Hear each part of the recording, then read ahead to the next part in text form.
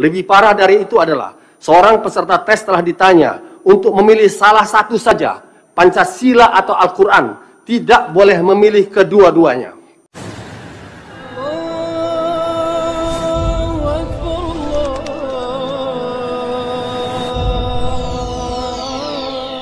Jadi sekalian, atas ketekunan dan kesabarannya dalam mengikuti rapat paripurna Dewan hari ini.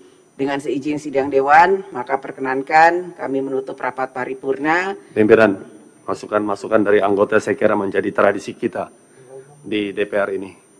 Paripurna akan datang aja. Apakah disepakati jika interupsi nanti kita sampaikan pada paripurna yang akan datang? Pimpinan, adalah tugas anggota DPR untuk membawa berbagai aspirasi masyarakat.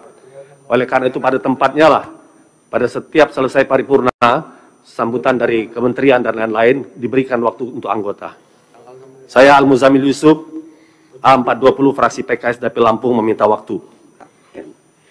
Saya perkenankan, namun saya batasi karena ini COVID, jadi tidak akan semuanya saya beri kesempatan. Jika waktu sudah selesai, saya akan tutup. Apakah disetujui? Saya batasi ya. Sekarang sudah ada 3, saya harap ini 3 yang akan bicara. Bisa disepakati? Terima kasih pimpinan. Silakan Pak Muzamil. Assalamualaikum warahmatullahi wabarakatuh. Salam sejahtera untuk kita semua. Saya Al-Muzamil Yusuf, A420.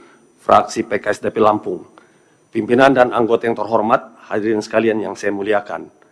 Beberapa pekan terakhir ini polemik kita sangat tajam dan mendalam tentang tes wawasan kebangsaan yang dilakukan oleh BKN terhadap calon ASN KPK. Masalahnya telah menarik perhatian publik yang begitu luas, terutama pada pertanyaan dalam tes yang sangat sensitif, bahkan menyangkut keyakinan beragama seseorang. Pada kesempatan singkat dan ringkas ini yang berharga ini, saya hanya ambil 2 contoh saja. Yaitu, pertama, seorang muslimah calon ASN KPK ketika ditanya tentang siapkah mencabut kerudung dan jilbabnya demi bangsa dan negara, ketika dia menjawab tidak, saya akan tetap memakai kerudungnya, penguji mengatakan Anda egois, tidak berani berkorban demi bangsa dan negara. Yang kedua, lebih parah dari itu adalah seorang peserta tes telah ditanya untuk memilih salah satu saja, Pancasila atau Al-Quran, tidak boleh memilih kedua-duanya. Pembenaran terhadap pertanyaan-pertanyaan tersebut telah kita dengar bahwa BKN ingin memberangus habis paham radikalisme agama yang telah menyebar di kalangan ASN. Dengan alasan tersebut, BKN tentu merasa telah menyelamatkan negara, pemerintah dari bahaya besar. Padahal yang sesungguhnya terjadi, BKN telah menciptakan bahaya yang lebih besar. Pertama, mengabaikan sikap negarawan founding fathers kita yang arif dan bijaksana, menyandingkan sila pertama ketuhanan yang Maha Esa dengan sila ketiga persatuan Indonesia dengan harmoni di dalam Pancasila.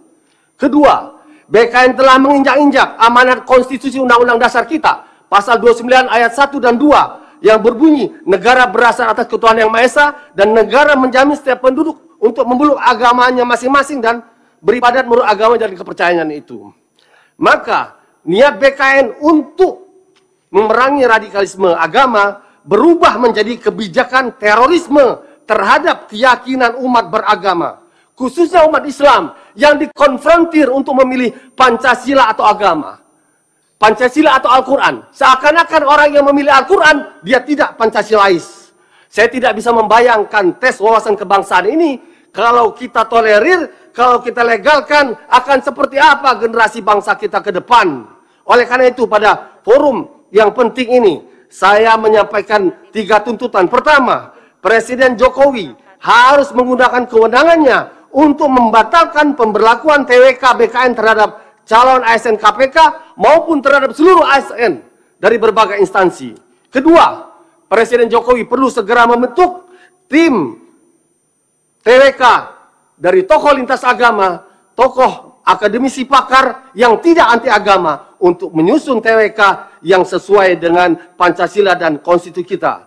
Dan ketiga, DPR harus memanggil BKN untuk mempertanggungjawabkan apa yang telah mereka lakukan pada kasus seleksi calon ASN KPK. Allahu Akbar, merdeka! Assalamualaikum warahmatullahi wabarakatuh.